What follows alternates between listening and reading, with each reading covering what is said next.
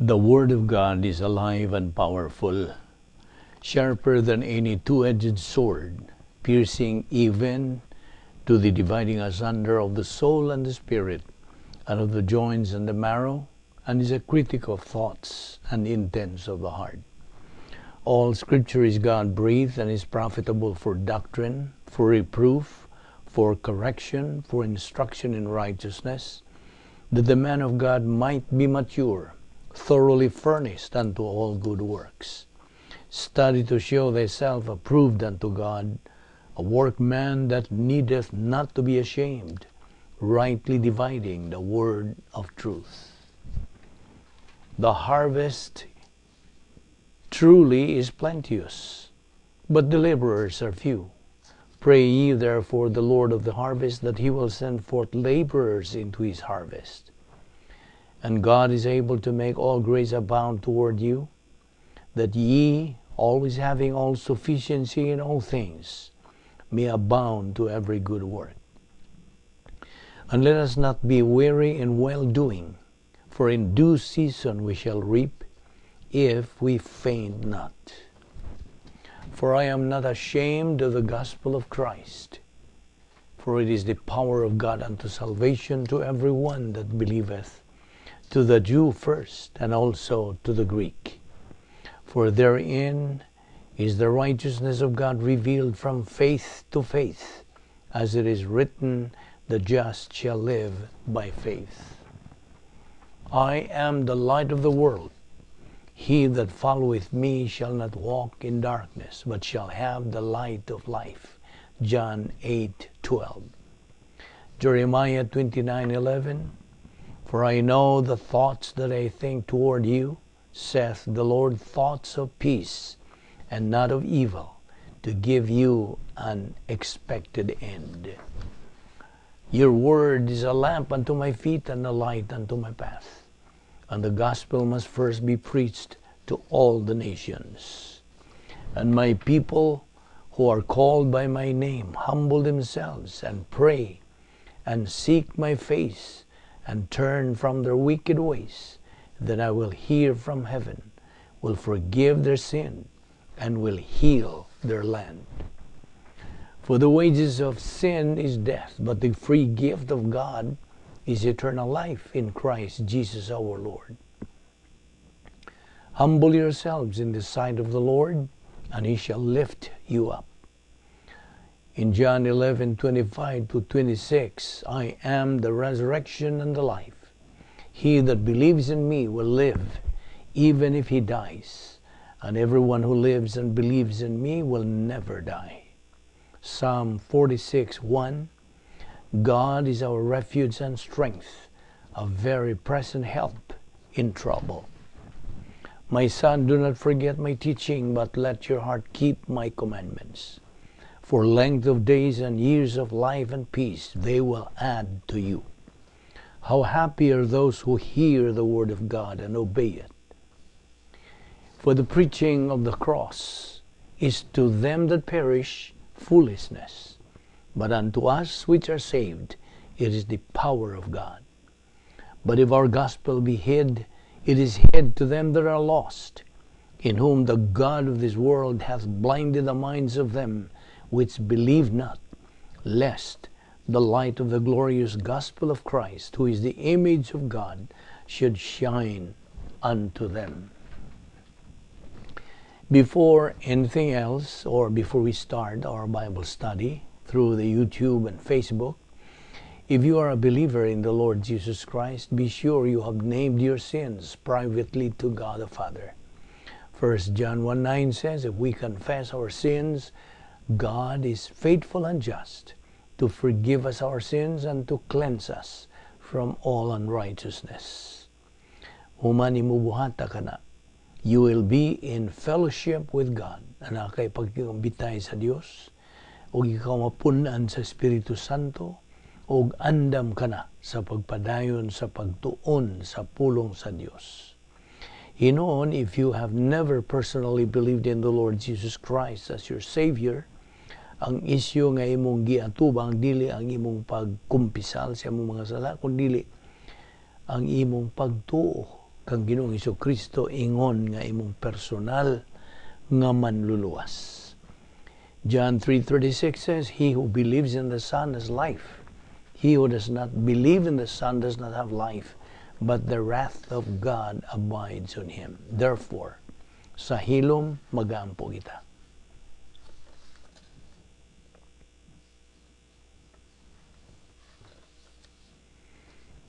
Let us pray. Lord, I pray that you will use me as your instrument to touch others' lives. We pray that you help us not to be concerned about what title we hold, but instead that our life might show others your grace. And we pray, O Lord, that you are giving us another chance to study your word this morning or this afternoon, as the case may be.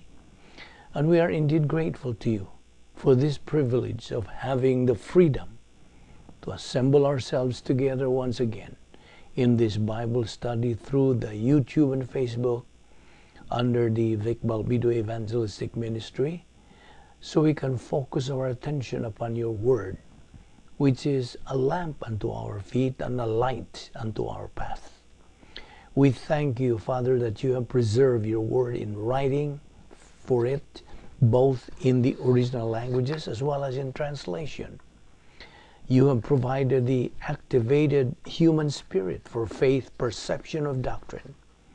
You have provided, God, the Holy Spirit, who is the ultimate teacher, and the gift of pastor-teacher for communication of doctrine, so that every believer can consume the oxygen of the spiritual life, your word, and growth from infancy to adolescence, and from adolescence on to maturity, and fulfill the purpose for which you have left every believer in this life.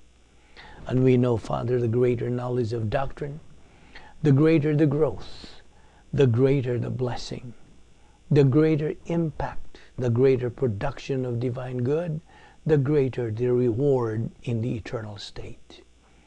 And there is every benefit and no detriment in growing in grace and knowledge of our Lord and Savior Jesus Christ.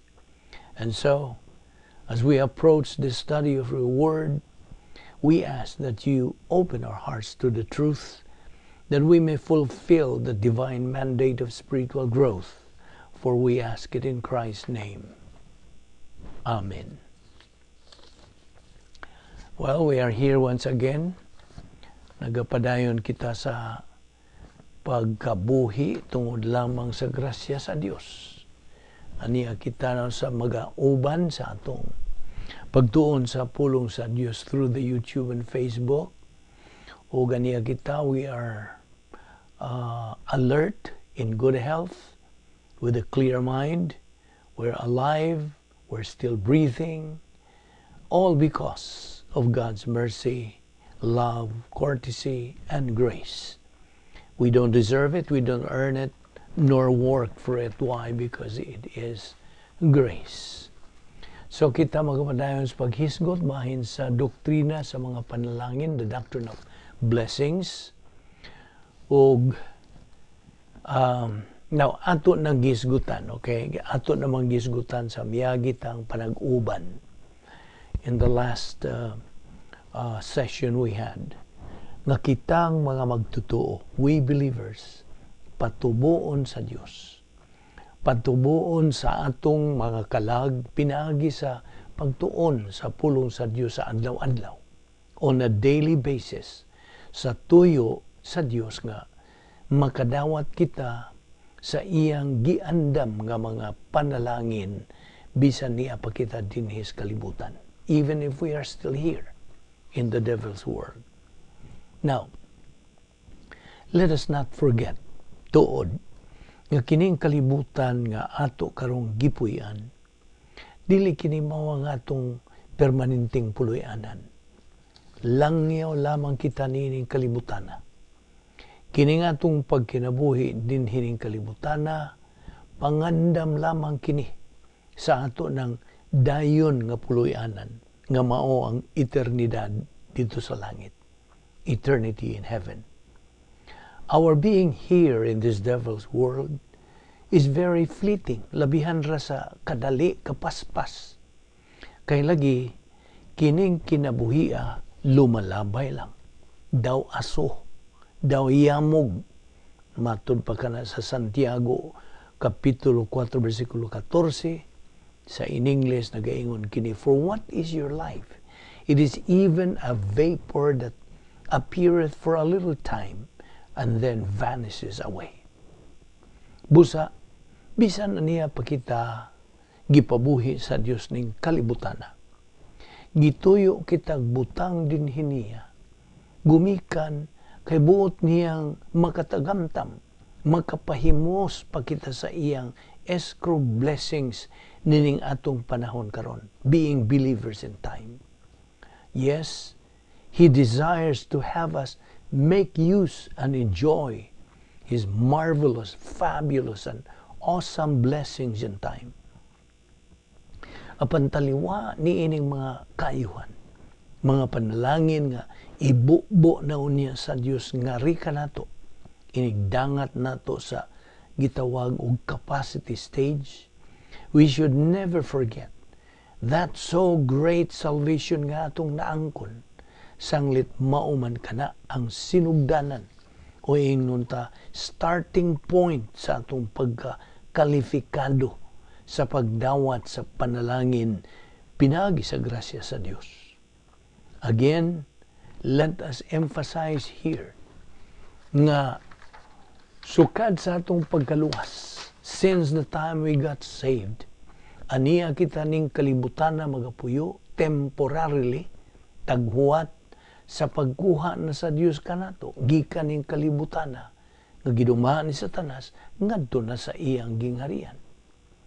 Ug sa atong pagpuyo dinhi ning kalibutan na timani nga ang Dios gituyo kita niya sa pagpakabuhi dinhi karon, even if we are already His children, even if we are already saved, kay buot niyang ipamatuod nga ri kanato ng iyang mga panalangin nga giandam alang kanato tinuod. He wants to prove it. Ipakita, ipamatuod niya. He desires to prove to us that His blessings are true and are real as promised niya sa iyang pulong. And we of course know that God always keeps His word. Ug busa, mangutan na ta sa atong kaugalingon karon, kung nagapahimos ba kita, nagaangkon ba kita sa mga saad sa Dios karon? Nagaabot ba ang mga panalangin nga giandam sa Dios nga rika nato karong mga panahona? Kay kung wa pa, makaingon kita nga naay kuwang. Kaya nga naman, why? Because God wants every believer, all believers, to receive all the blessings nga giandam, gitagana niya for us believers. Ay sa manggod po niya kining gingon nato mga panalangin, way gamit ang Dios ni ana. Ang buot sa Dios mao nga ang tanang mga magtutuo, all believers, makapanag-iya niini, makaangko niini. Apan atong makita when we move forward sa atong pagtuo niini, nga gikinahanglan nga ang magtutuo musalig lamang kaniya. Just trust Him.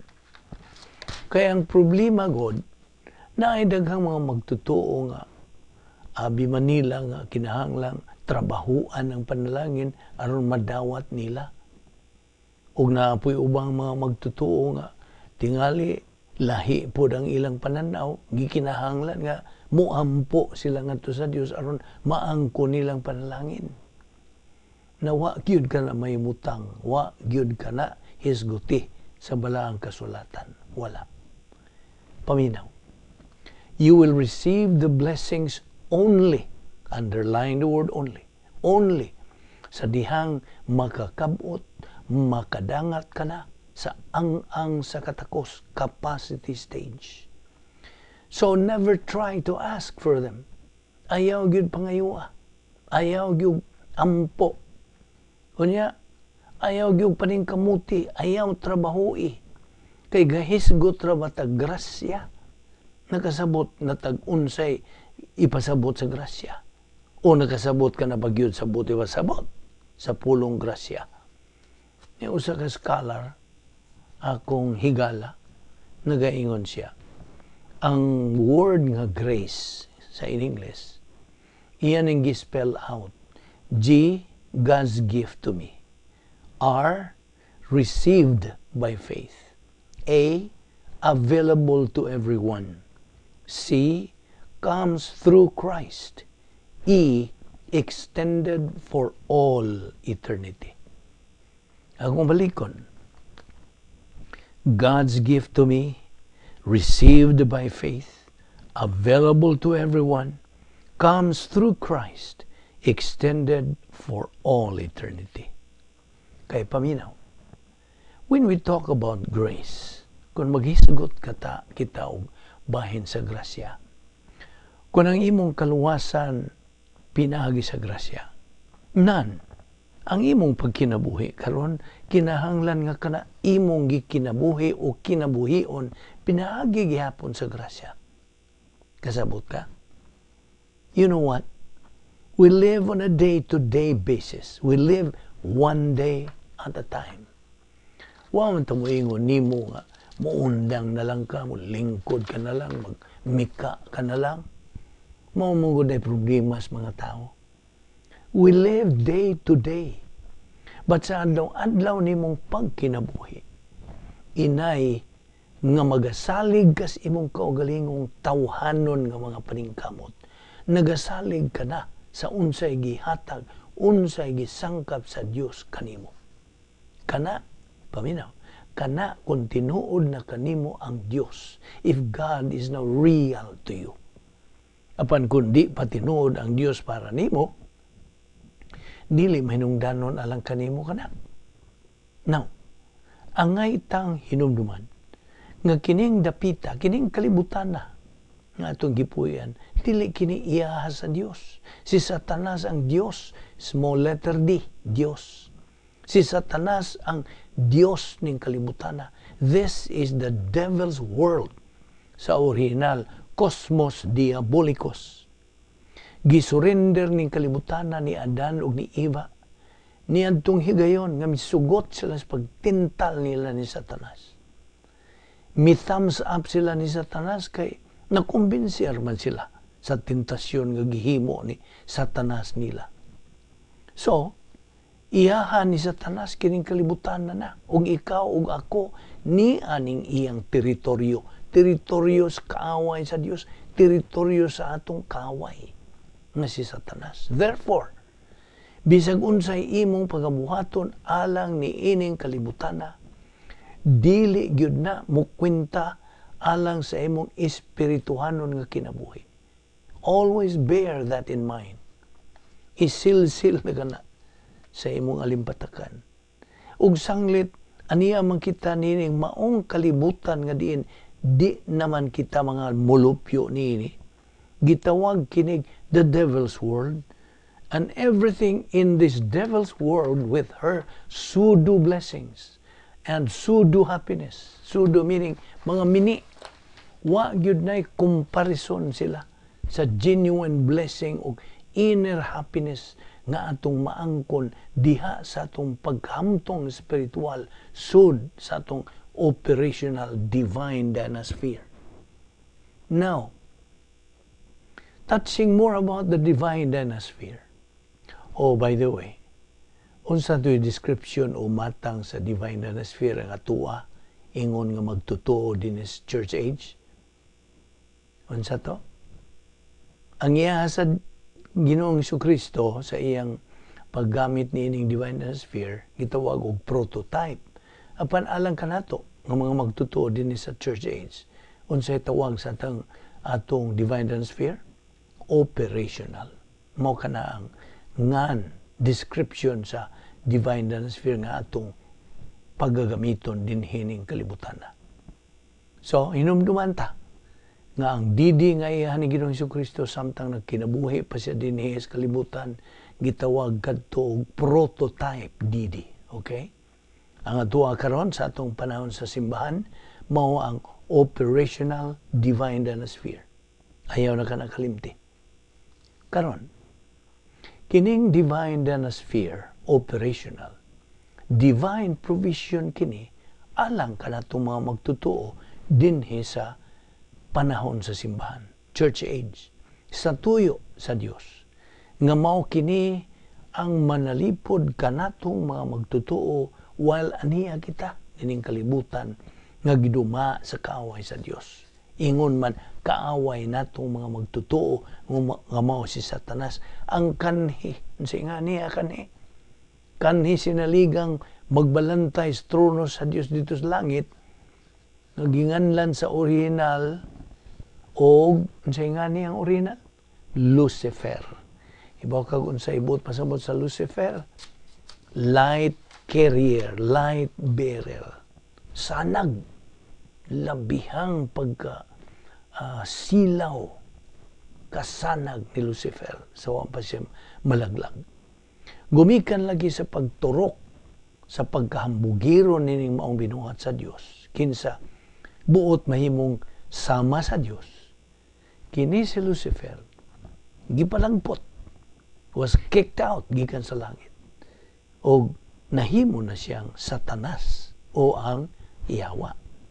So, balikon ko sa pag-ingon nga ang divine danospheres pagsangkap kini sa Dios alang kanatong mga magtutuo aron mao kini ang manalipod kanato gikan sa kapintas o kabangis nining kaaway sa Dios ug atong kaaway nga karon Satanas na kinsa buot mo daot, buot mo himo natong mga magtutuo nga mga alaot ug mapildiro sa kinabuhi. Mao man kanagoy tuyo niya. Mao na iyang tumong that is his goal. Kaya binimo, if you are not able to experience the reality of this divine atmosphere, technical word kini, para sa tanang sangkap sa Diyos, power of God. Unsa man yung mga power of God? Feeling of the Holy Spirit. Ang mga provisions, mga doktrina, sama sa faith rest, life, grace orientation, o virtue love. Kana, mga pagsangkap sa Diyos, alang kanatong mga magtutuo, o kana, na ka nagisguti sa pulong sa Diyos. Again, if you are not able to experience the reality of those divine provisions that are mentioned in God's Word, none. Kana nagpasabot. That is indicative of the fact that you are not making use of the divine provision, which is the divine atmosphere, ang tukmang dapit, the very place that you are supposed to reside at. Maura na'y puloy-anan na itong mga magtutuo while aniya kita magakinabuhi in the devil's world. So kung wag ka makasinati sapagkat tinuod, you have not experienced the reality of it, then ikaw nagakinabuhi lamang din ining kalibutan na pinasikan o pinagi sa tinawhanon nga pagkinabuhi. Nagakinabuhi ka lamang sama sa ordinaryong kalibutanon nga pamaagi o dili pinasikan sa Diyos nun nga pamaagi. You are just living a life sama sa gikinabuhi sa kadaghanang mga tao nga dili magtotoo. Subo gayud ka na unaw-naon. Tinuod, Kristohanon ka. Luwas ka. Mahilangit ka na. Suma sa gisaad kanimo sa Dios. Sanglit imo namang gituhuan si Ginoong Jesucristo. Apan, makaluluoy ang imong espirituhanong kinabuhi. You are declared as a cosmic believer. As a cosmic believer, di nimo masinati. Di gyud nimo masinati ang kanindot, kamabulukon, kakulbahinam, kalami, the dynamic, fantastic, fabulous, unique spiritual life diya sa sod sa divine atmosphere. Di yun mo masinati.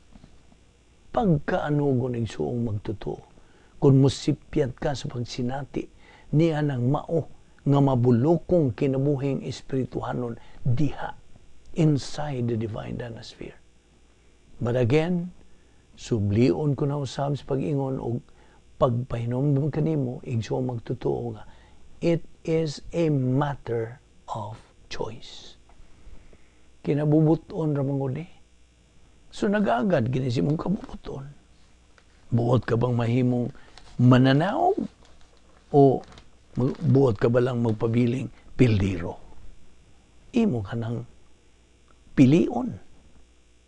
Abi nimo, fellow believer, ang balang kasulatan, nagpahimangno ka nato. Puno kinis mga bersikulo nga nagpahimangno ka nato nga gikinahanglang dili kita mo pa uyon sa kalibutan. Kundi kinahanglang magabag-una ang atong baruganan. Pinagi sa pagbag-o sa atong salabutan. Our mental attitude. Do you remember the verse?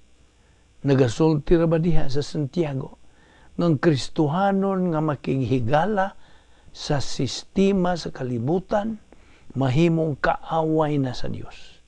You become an enemy of God. Nabuot ka bang tawgon niya na? I don't think so. Maka-afford ka. Maubitaw nga kitang mga Kristohanon ang itang mo timbang-timbang sa atong kaugalingon. Mangutan na ta sa atong kaugalingon og Kristohanon ba kahagyog ko? O dili pa? Kung Kristohanon ka na, pangutan ang imong kaugalingon og hain man ka magkinabuhi. Naa ka ba magkinabuhi subay o sumala sa pamaagi sa kalibutan? O naa ba ko magkinabuhi sa pamaagi nga gihatag na sa Dios? Mao na itong ipangutanan sa itong kaugalingon. Kay giandam na sa Dios ka ng pagkinabuhi subay sa iyang pamaagi. Ana man ka na sa Efeso 1:3 ug Efeso 1:11. Hasta ang mga butang nga ato ng madawat sa umaabot nga way katapusan alang kanato. Kay kitang tanan karon, when we study the personal sense of destiny, makita ra ba nato kitang tanan karon bisag aniya pa kita dinis kalibutan bahin na kita sa way katapusan, we are already part of eternity. Ayaw na kalimti. Tungod niya na, because of that, ang gahom sa Dios kinahanglan nga atong masinati. You are given the opportunity to make the power of God real in your life. You see, God alone can successfully oppose evil, and He will eradicate, wipe out evil in His perfect time. Our human good, ang atong tawhanong maayo nga binuhatan, contributes nothing to the divine plan. Wala. Why paningkamot natong mga tao ang mudugang o makadugang sa plano sa Diyos? Wala. Ang plano sa Diyos, sa ato nang nasairan, hingpit. Tungod kay ang Diyos, hingpit. Perfect. So, wala'y makaako og dugang pa sa plano sa Diyos. Sanglit, hingpit naman lagi ka na siya. Sakto? Kaya binimo, na manggupoy mga tao nga moingog, tingali mo angay ang Diyos ug mao ni akong buhaton. Now, di man question og mo, angay ba ang Diyos o dili? Kay human na, hingpit na, kumplito na ang atua. We have to learn, we have to know what the plan of God is, aron mahibao pud tag unsaon pagpasibo, unsaon sa pagpaigo. Kaya ang nakaapan God, ang tao, maggama mangyong iya, magbuho mangyong iya. Scientist mangyong ding tao, no? Managingon sa mga bata, scientist lagi ka. Mo'y hinungdan kung mauni, magkabikil. Ug mao nang ang resulta, inigabot na sa tumoy, di man mahimong maingon kag Dios, nagama kog akua. Maayo man tong akong gigama ba? Kaya ang pulong sa Dios ngari kanato, nagapahimangno kanato Way bisan usa ka tao ang makakabot sa pagkamatarong sa Dios, wala. Kay unsa may pagkahulagway sa atong pagkamatarong, atong righteousness. Sama kini sa mahugaw nga unsa? Mahugawng trapo at tubangan sa Dios. Filthy rags. Kay kitang tanan, nagkabsan mangyud ta sa himaya sa Dios. We all have come short of the glory of God. Romans 3:23. So, una-una pag-ayo kini. Wa tay mahimo nga ang Dios malipay nato, wala. Abi gud nimo, naiuban ka nato nga murag makuratan niya ng istoryaha. Apa nagtinuod, mao gyud na. Kaya ang pulong sa Dios nagasulti, way laing makalipay, way laing makapahimuot sa Dios. Hebrehanon 12:6. Timan ni kini. Ang makapahimuot lamang sa Dios mao ang imong pagtuo. Ug ang pagtuo nagagikan sa imong pagpaminaw. Faith comes by hearing, and hearing by the word of God. Romans 10:17. So tanawar gud na. Wa gyud tay sarang mahimo. We can never do anything to please God. Busa, kining mga panalangin nga atong madawat, dili kini kay madawat lang diha sa atong paghamtong. As part of His logistical grace policy, God has designed a system of lesser blessings which He distributes during the entire earthly experience of the believer. Kanatong mga magtotoo. Anto kining ipadayon sa sunod nga higayon. Ayaw kalimot, ayaw sipyata ang pagsunod niini, pagsubay niini sa sumpay nining atong paghisgutan nga doktrina bahin sa mga panalangin. Magampo kita. With your heads bowed and your eyes closed, we dedicate the closing moments of our worship service today to anybody who is here without Christ, without hope, and without eternal life. We want you to know that Jesus Christ had you personally in mind when He went to the cross. And every sin that you have ever committed, past, present, or future, has been imputed to Him and judged.